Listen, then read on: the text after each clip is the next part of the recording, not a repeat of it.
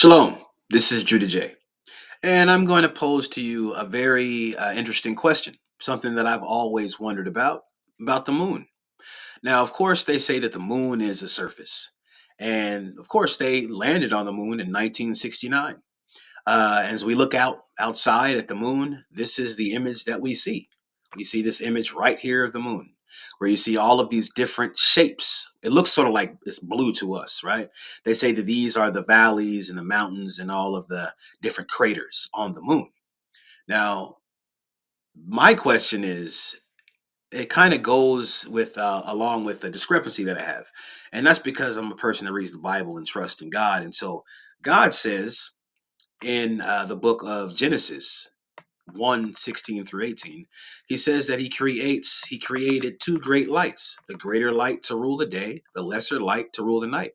And even in some of the most of the Bibles, of course, in the past, they said verbatim that the sun was the greater light and the moon was the lesser light. And even their AI, as you see right here, their AI says that yes, the Bible describes God creating the sun as the greater light and the moon as a lesser light, which poses a problem because, as you know, you cannot land on a light. The Book of Enoch, as well as the Genesis and the Bible, calls this a luminary. So this is something that illuminates. It illuminates light. Uh, the sun is the greater light, the moon is the lesser light. So then you would say, well, if it's a light, then how is it a surface that they can land on? Which means that, who's right and who's wrong? Is God right? Or is science and man's understanding and man's education correct? So then the next question that you would pose is, okay, let's say that this is not actually a light and it's actually a surface. So then when you look at this, well, let's say it's a light and not a surface. So then you would say, okay, well, if I'm looking at the moon and I see these blue structures right here, or these structures right here, they look blue to us when we look outside, look at the moon. It looks like it's blue structures on the moon. You say, well, if it's a light source, where did those blue structures come from? Of course, it's a surface. These are the craters and the mountains and all of the you know um, parts of a surface, a surface. How did they put that on there? So then I was thinking, okay, so if it's a light and these images that we see are put there, how would they put these images on the moon? That's not possible. Now, of course, if you have a flashlight and let's say you have a cutout and you put the cutout over the front of the flashlight and you shine it onto a wall, then you're going to see the actual image that you see in front of the flashlight, right? So how would you actually, if the moon is a light, how do you shine an image on the moon and have everyone in the world see that image being reflected from the moon back to us? So I was like, okay, my next question was, is it possible for an image to be reflected into a light source? I didn't think that was possible. And then I actually went into the AI, went into the Google search, and this is what I found. Yes, an image can be reflected into a light source, and this is called direct reflection. A direct reflection occurs when light is directed at a glossy material like glass, water, acrylic, and the light source's image is reflected back. So we know that someone or something or technology can shine an actual image into a light source, which is the moon, according to God. And that image can be reflected from the actual light source back towards you. Like you're pointing, like if you point a flashlight at a mirror, you'll see an image of the flashlight reflected back at you. So then here's my other question. Okay. So you have this image right here of the moon, and I went outside and I just pointed my camera at the moon, and of course, I did not see this image that I'm seeing in my camera.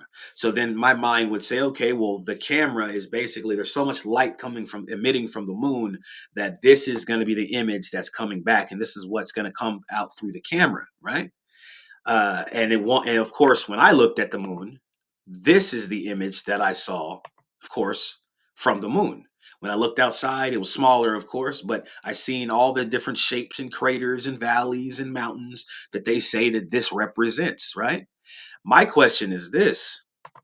Now, oh, here's the other question. So, when did these images of the moon looking like this first take place? And was there another image of the moon when people looked outside, a visage that they saw that was different from this that we see right here? Did they actually see this when they looked outside? And I'm thinking, okay, well, when was the first picture of the moon recorded? So the first picture of the moon, as it says here, if you go to Google search, it says the first photograph of the moon was taken by a person named English born American John William Draper in March of 1840. So, what was the image of the moon before 1840? Before what I think, and this is what I think there's agendas that are pre planned and put into place, maybe even 100 years, thousands of years before they're formed, before they're actually put into practice, or into their agenda, right? And now, as you see, it says that this picture, the first picture of the moon, was in 1840. So that's from 1840 to 1969 when they said they landed on the moon. So that's over 120 years. So that, to me, since God says that the moon is a light, it took them, they had to have an agenda put in place. The end days agenda is what I think, to basically discredit God was the major agenda, to open up this discussion of the universe being this vast place that you can go and explore, and there's all these different planets, and that's like there's no creator or grand designer that's actually that has control over everything, right? There's just infinite possibilities. Star Trek, go out and explore the universe. And so if you have this light source, right? This thing that they say that is the moon, and they say that it's actually something that we can land on. That actually kind of opens your mind up to that whole exploratory type. No grand designer, no God, nobody that the emphasis on the earth as being the whole show in this whole existence that we are in this realm, so to speak, that the earth is not really as important as it really is. God is not actually real. There is no grand designer. There's just you and your in your and your what is that, ambition to go explore and be your own god. There is no confines, no restrictions. There's nothing that's keeping everything in place. So if there's no order, right? Who's the one that is of no order? Who's the one that's always tried to cause chaos and destroy order? Of course, Satan. So it's all starting to make sense to me how they would create this lie. We and once Here's the thing. uh, if you ever heard about the old world Tartaria, go look at Tartaria. How they had all these grand designs, all of these grand architectures that they can't seem to recreate now. These buildings were majestic, the cathedral type everywhere, all in St. Louis, old St. Louis, before these mud floods, before these fires that just mysteriously popped up all over the world, even over in Europe, where all these great cities were destroyed and they were rebuilt with materials that are just inferior, and the design is inferior. It doesn't look as decadent. The technology is completely primitive compared to technology from pictures that we've seen, that you can go on YouTube and see, of the old world Tartaria that actually spread all over the world. That society and the people that ruled that society, which I believe are the giants and those that come from fallen angel seed, they're like the deep state of the time, and they basically ruled over the old world called Tartaria, and their imprint was all over the world. So their cities all over the world mirrored the cities that were like in old world Tartaria in Europe, so that you have old relics of these cities.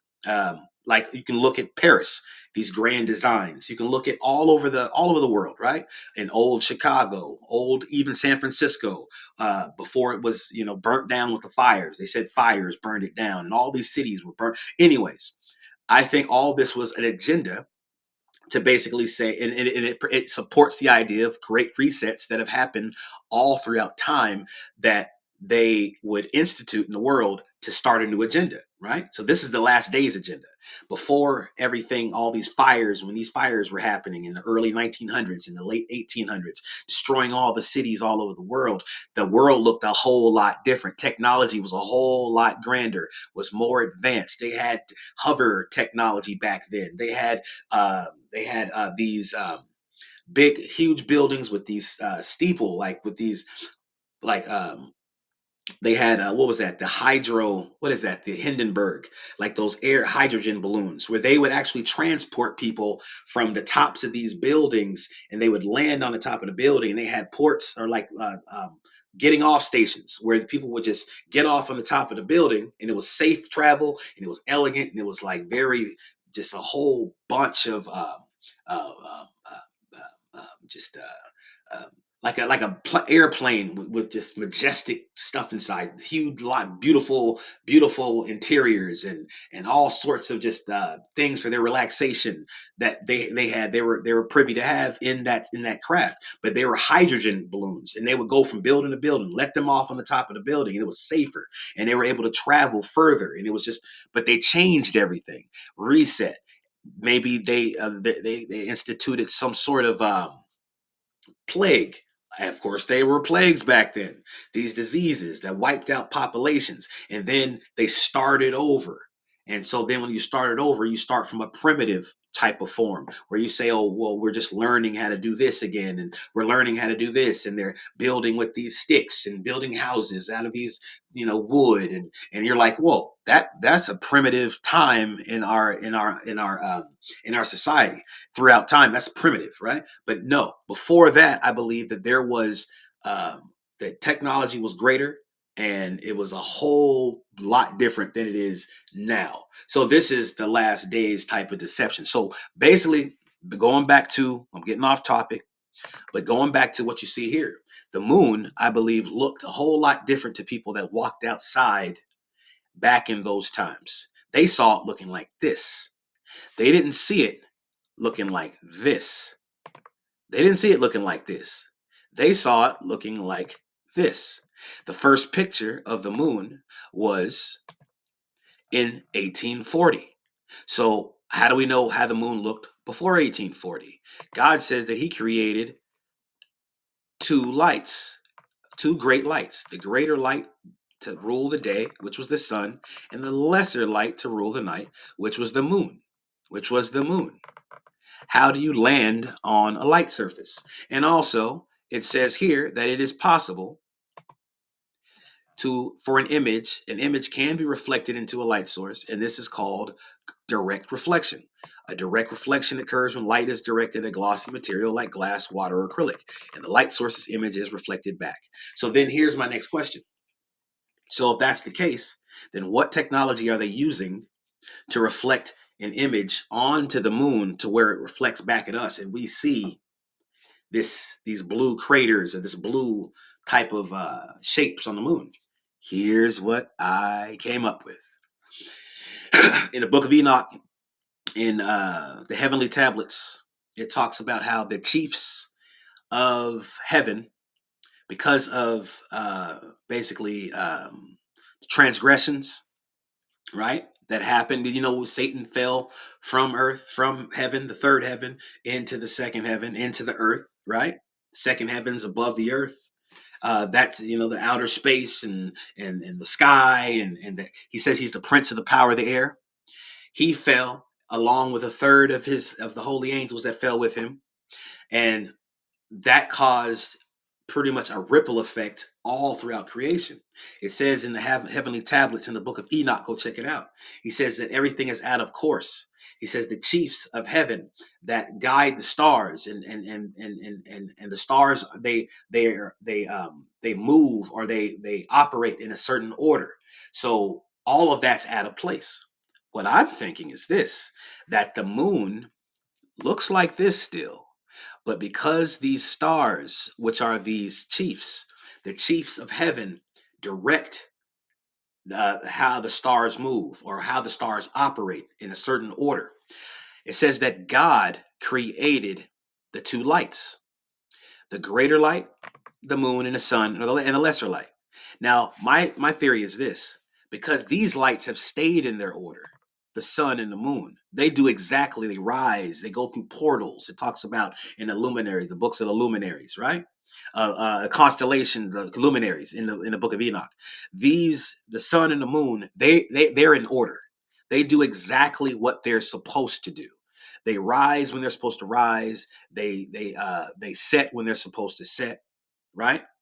But then you have these other lights that are out of order, because in the heavens everything things are out of order. And what I mean by that is that in the second heaven they're out of order. Satan's the prince of the power of the air, so he still has some of these chiefs under his control. So when you look at the moon's supposed to look like this, but because there's amen, because there's chiefs that are not, that has caused these stars to be out of order, those actual stars that are supposed to be in order are actually reflecting onto the moon to where you see this. So I think this is out of order stars that are given their orders from God but have actually transgressed. I believe that all throughout creation there is free will. I believe that God created it that way. That there is free will, not only for humans, but for angels, for stars. I believe they have the ability to make decisions. And I know that makes no sense to you. And it really is hard for me to think about. But when I see in the Bible where it says that God created, I think I'm on to something here. God created the sun as the greater light, and he created the moon as a lesser light. It makes no sense that you can have this. This is what we look at when we go outside. We see this. This is not possible. This is what I think people saw in the past. When they looked outside, they didn't see this over here. They saw this. And later, they added this to it. This is, you would say, oh, the camera picked the light up because the lights from the moon is too bright and the camera. No, no, no. I believe this is what they used to see right here when they just went outside. This is not the sun. This is the moon at nighttime. I just took this video. This is what I saw. This is the way it is. I believe this stuff right here are chiefs and stars that are out of order, that are not following the will of the Most High God. So you see this right here. It says that's why the constellations. Oh, actually, let me do this. Let me do this right here. Uh, the heavenly. Hold on. Let's do this. Let's do it because we might as well.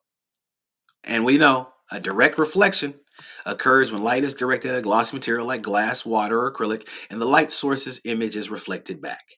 So we are seeing the reflection from something on the moon that's everyone is seeing, that's making us see that stuff. But I'm going to go right here, and I'm going to go to the heavenly tablets. Heavenly. Hold on. 1 second. 1 second. Heavenly tablets. Hold on, what's going on? Oh, hold on. Heavenly tablets. ELETS. Enoch. Enoch. Okay. So this is what the heavenly tablet says. Let me see. Go here. The complete book of the heavenly tablets of the book of life. Okay, let's go here really quick. And I just want to show you this before I end the live. Let's see, it's open edit. Doom, doom, doom, doom, doom, doom, doom. Okay. Let me see real quick. All right. Let me see. Hold on. Hold on. Let me see. Heavenly tablets. moon and stars. Complete book. There's we go from the sun. Okay, hold on. Let me get this here. Let me see.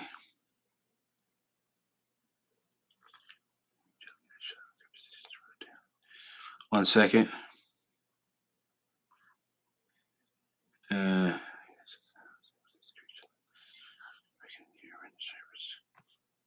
One second.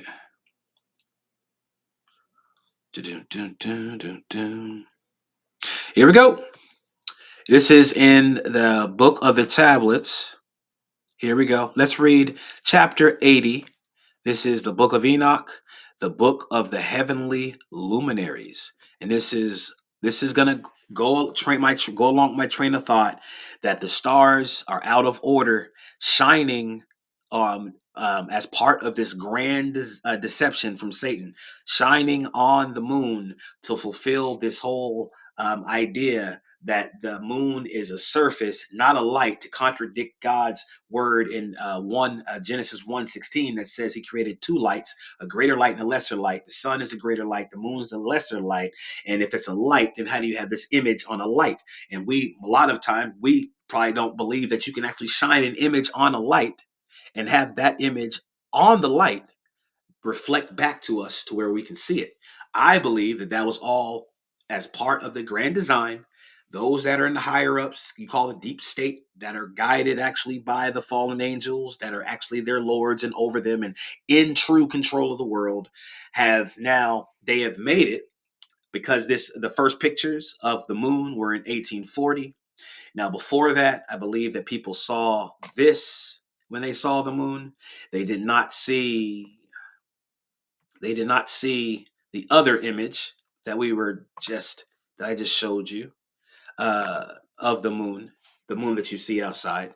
But I think this is the reason for it and how it's possible, because we know that this is possible now, since you can reflect light, an image on a moon, on a light surface, and have it reflect back to you. Chapter 80. And in those days, the angel Uriel answered and said unto me, he's speaking to Enoch, behold, hold on one second. Behold, I have shown everything, Enoch, and have revealed everything to you that you should see this sun and this moon, and the leaders of the stars of heaven, and who, all those, one second, and all those who turn them, their tasks and times and departures. So there are leaders of the stars of the heaven, leaders of the stars of the heaven, and all those who turn them, their task and times and departures.